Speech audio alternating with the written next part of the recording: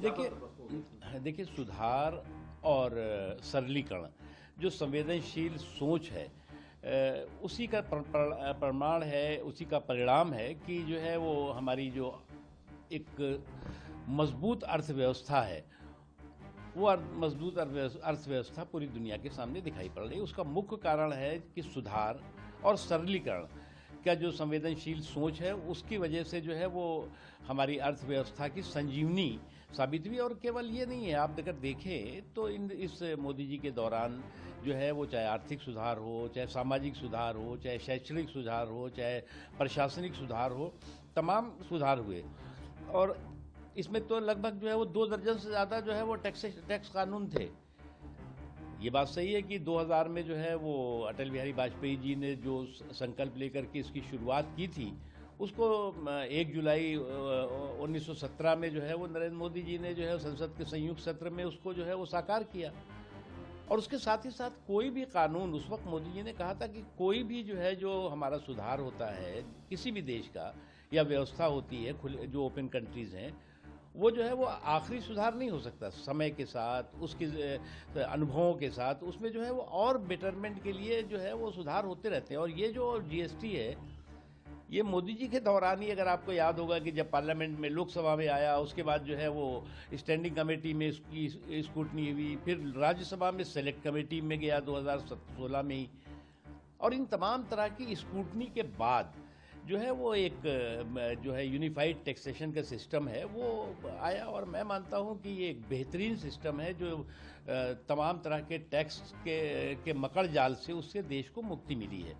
और उसके साथ साथ समय समय के अनुसार उसके साथ ही साथ जो है वो अनुभव जैसे होते हैं, उसके अनुसार जो लोगों के उसमें सुझाव होते हैं, उसके अनुसार जो है और बेहतरी के लिए सुधार किए जाते हैं। जहाँ तक सवाल है कांग्रेस पार्टी का, अब कांग्रेस पार्टी की प्रॉब्लम यह है कि चित भी मेरी, पट भी मेरी।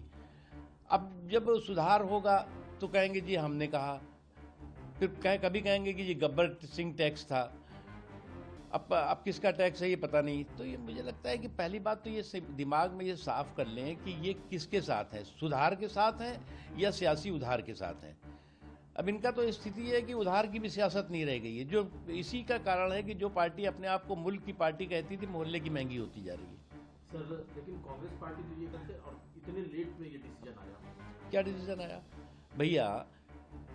2000 में अटल जी ने जब जो है वो इसका टास्क फोर्स बनी, उसमें डिस्कशन हुआ। उसके बाद जो है वो आपके समय में भी इस पे जो है वो चर्चा हुई। उसके बाद जो है वो 2015 में ही जो है वो मोदी जी ने आने के बाद जो है वो इसकी शुरुआत की। 16 में जो है पार्लियामेंट में, लोकसभा में हुआ, आपने डिटेल डिस्कशन हुआ, उसमें आपकी पार्टी के कई लोगों ने, नाम नहीं लेना चाहूँगा, जिसने सपोर्ट किया था।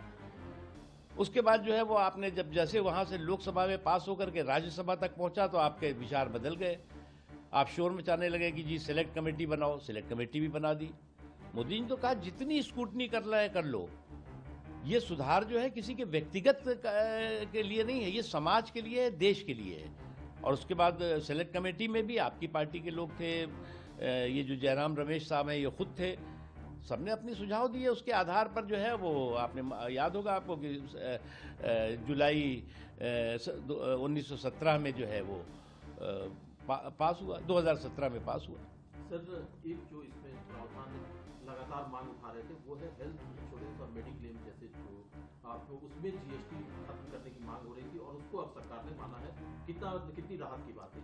देखिए एक बात आप समझिए, पहली बात कि इतना बड़ा फाइनेंस कमीशन ने इस पे रिकमेंडेशन दी, तमाम तरह के और भी जो इसको लेकर के जो है वो कोर ग्रुप बने थे, उनके अलग अलग रिकमेंडेशन थे। ये एक बहुत बड़ी प्रक्रिया थी सुधार की, आर्थिक सुधार की, क्योंकि जिस देश में एक टैक्स का मकड़ जाल हो, हर चीज़ पे एक नया टैक्स, टैक्स के ऊपर टैक्स, टैक्स के ऊपर टैक्स, उसको जो है यूनिफाइड टैक्स सिस्टम के दायरे में लाना और उस टैक्स के मकड़ जाल से देश को मुक्त करना, ये एक बड़ी उपलब्धि थी। उसके साथ ही जैसे जैसे अनुभव आए, जैसे जैसे जो है वो लोगों के सुझाव आए, उसके आधार पर ये सुधार हुआ है। और मैं मानता हूँ कि ये एक बेहतरीन सुधार है।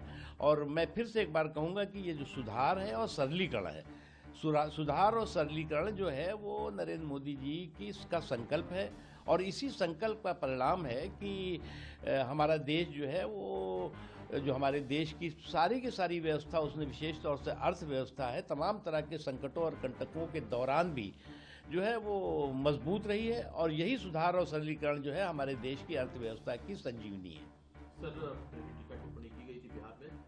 बिहार में आरजेडी के नेता तेजस्वी यादव का कहना है कि किसी की भी मां पर टीका टिप्पणी करना उचित नहीं है, लेकिन उन्होंने फिर याद दिलाया कि मोदी जी ने अब चुनाव प्रचार के दौरान किस तरह की भाषा का अच्छा, एक बात आप बताओ, ये लोग जो बाइक बहादुर लोग हैं, पहले तो बाइक बहादुरी, उसके बाद अब बम की बकैती। कभी कहेंगे जी हम जो है वो अभी तो आइटम बम आया है, अभी हाइड्रोजन बम आएगा।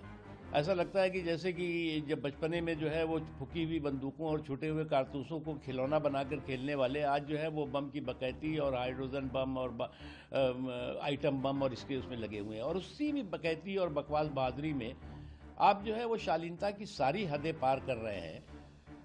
प्रधानमंत्री नरेंद्र मोदी जी की माता जी के प्रति जो अपशब्द जिस तरह के आपने बोले हैं, वो किसी भी जो है वो सभ्य समाज में स्वीकार नहीं है। आज मुझे देखा कि मैंने डॉक्टर करण सिंह का जो आज जी का बयान आया है, उन्होंने बहुत इसकी निंदा की है और उन्होंने कहा कि ये बहुत ही गलत बात है। लेकिन उससे भी ज़्यादा गलत है कि एक भी कांग्रेस का लीडर की लीडरशिप उस पर जो है वो न शर्मिंदगी अपनी को महसूस कर रही है, न माफ़ी मांग रही है।